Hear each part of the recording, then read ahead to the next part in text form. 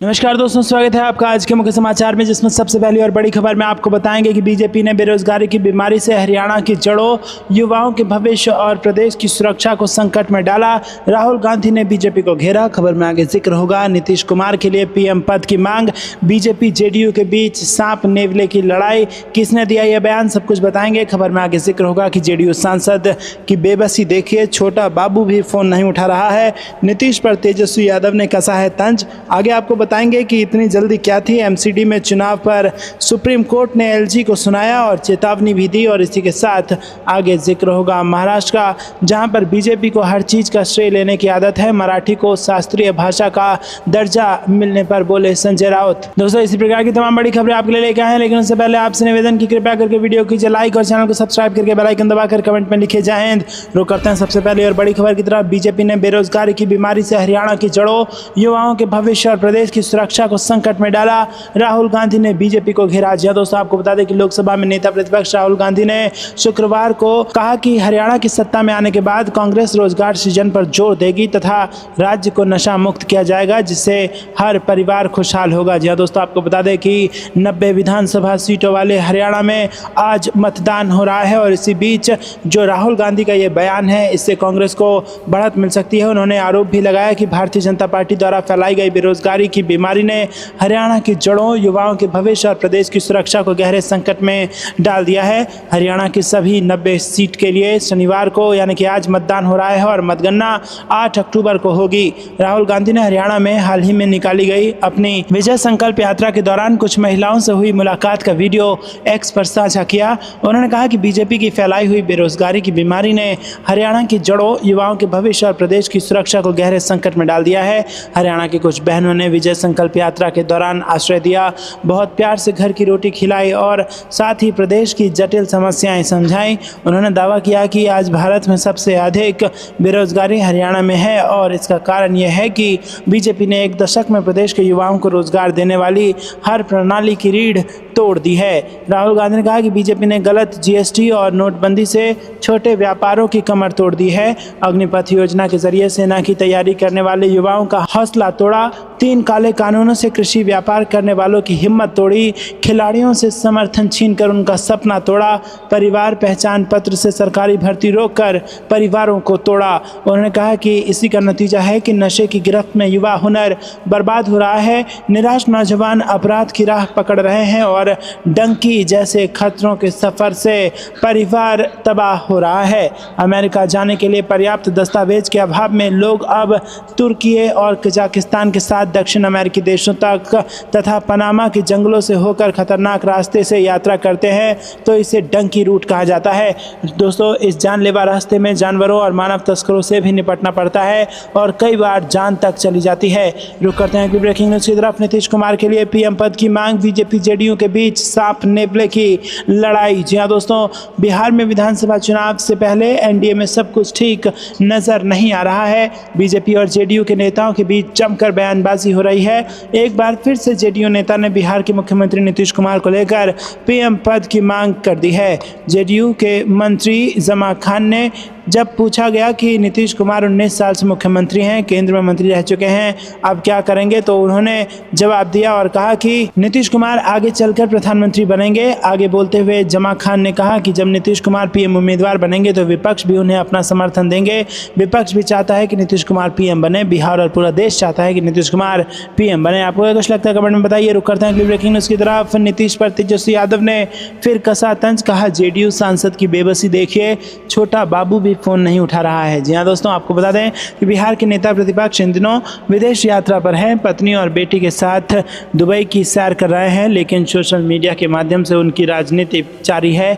एक बार फिर बिहार सरकार पर बड़ा हमला उन्होंने बोला है। सोशल मीडिया प्लेटफॉर्म एक्स पर जेडीयू सांसद का एक वीडियो पोस्ट करके उन्होंने मुख्यमंत्री नीतीश कुमार पर तंज कसा। उन्होंने कहा कि बिहार में अधिकारी किसी से नहीं डरते, यही वजह है कि डीएम एसपी की बात छोड़िए, छोटा बाबू भी संसद का फोन नहीं उठाता है। उन्होंने उन्होंने आरोप लगाया है कि सीएम किसी से भी फीडबैक नहीं लेते हैं। रुक करते हैं अगली ब्रेकिंग न्यूज की तरफ। इतनी जल्दी क्या थी, एमसीडी में चुनाव पर सुप्रीम कोर्ट ने एलजी को सुनाया और चेतावनी भी दी। जी हाँ दोस्तों, एमसीडी स्थायी समिति के सदस्य के चुनाव को लेकर सुप्रीम कोर्ट ने एलजी वीके सक्सेना के फैसले पर कड़ी टिप्पणी की है। सुप्रीम कोर्ट ने जल्दबाजी में लिए गए फैसले पर सवाल उठाते हुए एक चेतावनी भी दी है। सुप्रीम कोर्ट ने एलजी से कहा कि अगर वो इस तरह एमसीडी एक्ट के तहत कार्यकारी शक्तियों का इस्तेमाल करना शुरू करेंगे तो इससे लोकतंत्र खतरे में पड़ जाएगा।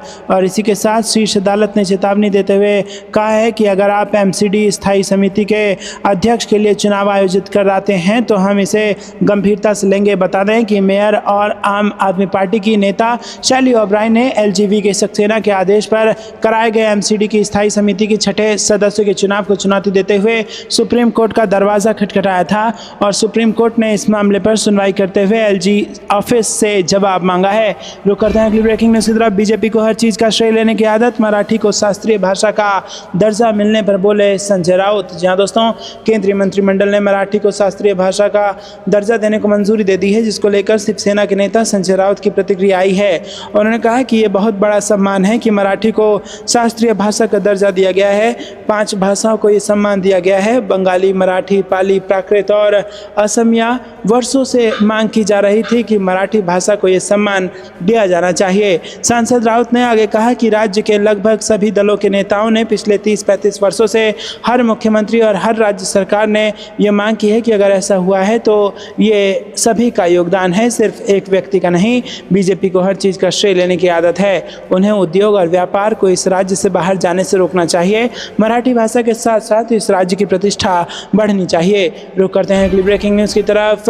अशोक तंवर की दलित और ओबीसी मतदाताओं से अपील, कांग्रेस को समर्थन कर मजबूत जनादेश दें। हरियाणा चुनाव से बड़ी खबर। जी दोस्तों, हरियाणा विधानसभा चुनाव के लिए मतदान से एक दिन पहले पूर्व सांसद अशोक तंवर ने राज्य के दलित और अन्य पिछड़े वर्गों के मतदाताओं से आह्वान किया है कि वो कांग्रेस को बड़ा जनादेश दें ताकि ये प्रदेश नंबर 1 बन सके। इससे पहले अशोक तंवर शुक्रवार को आधिकारिक रूप से कांग्रेस में शामिल हो गए। तंवर गुरुवार को लोकसभा में नेता प्रतिपक्ष राहुल गांधी के साथ हरियाणा के महेंद्रगढ़ में चुनावी मंच पर नजर आए थे। कांग्रेस के कोषाध्यक्ष अजय माकन ने कांग्रेस मुख्यालय में अशोक तंवर का स्वागत किया और उन्हें संविधान की एक प्रति भी सौंपी। माकन ने तंवर का पार्टी में औपचारिक रूप से स्वागत करते हुए कहा कि हम सभी ने संविधान की रक्षा करने का प्रण लिया है। हम देश के संविधान और बाबा साहेब अम्बेडकर के सिद्धांतों की रक्षा के लिए लगातार प्रयास कर रहे हैं। हमें आशा है कि अशोक तंवर जी के आने से इन प्रयासों को और बल मिलेगा। रुक करते हैं अगली ब्रेकिंग न्यूज की तरफ। महिलाओं को राजनीति में लाने के लिए इंदिरा फेलोशिप अभियान की शुरुआत, भारतीय युवा कांग्रेस की पहल। जी हाँ दोस्तों, भारतीय युवा कांग्रेस ने इंदिरा फेलोशिप अभियान की शुरुआत की है। इस कार्यक्रम का उद्देश्य महिलाओं को राजनीति में सशक्त बनाना है। कार्यक्रम की जानकारी यूपीपीसीसी के अध्यक्ष अजय राय ने शुक्रवार को लखनऊ में प्रेस कॉन्फ्रेंस की। उन्होंने कहा कि आज हम IYC द्वारा शुरू किए गए महिला सशक्तिकरण अभियान के बारे में जानकारी देने आए हैं। भारतीय युवा कांग्रेस ने महिलाओं को राजनीतिक रूप से सशक्त बनाने के लिए इंदिरा फेलोशिप अभियान शुरू किया है। इस अभियान का नाम इंदिरा गांधी के नाम पर रखा गया है क्योंकि वो हमारे देश की महिलाओं के लिए प्रेरणा स्रोत हैं। उनकी प्रेरणा से हमारे देश की महिलाएं और खासकर कांग्रेस पार्टी के लोग आगे बढ़ रहे हैं। रुक करते हैं अगली ब्रेकिंग न्यूज़ की तरफ। हरियाणा में वोटिंग से पहले कांग्रेस में औपचारिक ढंग से शामिल हुए अशोक तंवर, माकन ने कर दिया बड़ा दावा। रुक करते हैं अगली ब्रेकिंग न्यूज़ की तरफ। नवरात्रि के पहले दिन शिवसेना ने लॉन्च किया अपनी पार्टी का थीम सॉन्ग। जी हाँ दोस्तों, महाराष्ट्र के पूर्व मुख्यमंत्री और शिवसेना के प्रमुख उद्धव ठाकरे ने अपनी पार्टी का थीम सॉन्ग मसाल लॉन्च किया है। इस गाने में जगदम्बा से राक्षसों का विनाश करने के लिए मसाल देने की अपील की गई है। रुक करते हैं अगली ब्रेकिंग न्यूज़ की तरफ। आरक्षण पर 50% की सीमा हटाई जाए, महाराष्ट्र में मराठा आरक्षण की मांग के बीच शरद पवार ने कर दी है ये बड़ी अपील। जी हाँ दोस्तों, राष्ट्रवादी कांग्रेस पार्टी के अध्यक्ष शरद पवार ने शुक्रवार को भाजपा के नेतृत्व वाली केंद्र सरकार से बड़ी मांग की है। उन्होंने सरकार से शिक्षा और सरकारी नौकरियों में आरक्षण की मौजूदा सीमा 50% से अधिक करने के लिए संविधान संशोधन लाने की अपील की। सांगली में पत्रकारों से बात करते हुए शरद पवार ने कहा कि आरक्षण के लिए आंदोलन कर रहे मराठों को कोटा देते समय इस बात का ध्यान रखा जाना चाहिए कि अन्य समुदायों के लिए निर्धारित ऐसी सीमा में कोई बाधा ना आए। उन्होंने कहा कि फिलहाल आरक्षण की सीमा 50% है, लेकिन अगर ये तमिलनाडु में 78% हो सकती है तो महाराष्ट्र में 75% आरक्षण क्यों नहीं हो सकता। केंद्र को आगे आकर कोटा सीमा बढ़ाने के लिए संविधान संशोधन लाना चाहिए। हम संशोधन का समर्थन करेंगे। तो दोस्तों, क्या आपको भी ऐसा लगता है कि महाराष्ट्र में कोटा बढ़ाने के लिए केंद्र को संशोधन लाना चाहिए? कमेंट में अपनी राय जरूर बताइए। वीडियो को लाइक नहीं किया तो लाइक जरूर कीजिएगा। ये थी दिन भर की सारी जरूरी और बड़ी खबरें। तक बने रहने के लिए बहुत बहुत धन्यवाद। जल्द से पहले वीडियो को लाइक और चैनल को सब्सक्राइब करके बेल आइकन दबाकर कमेंट में जय हिंद लिखिए। अभी के लिए इतना ही। जय हिंद, जय भारत।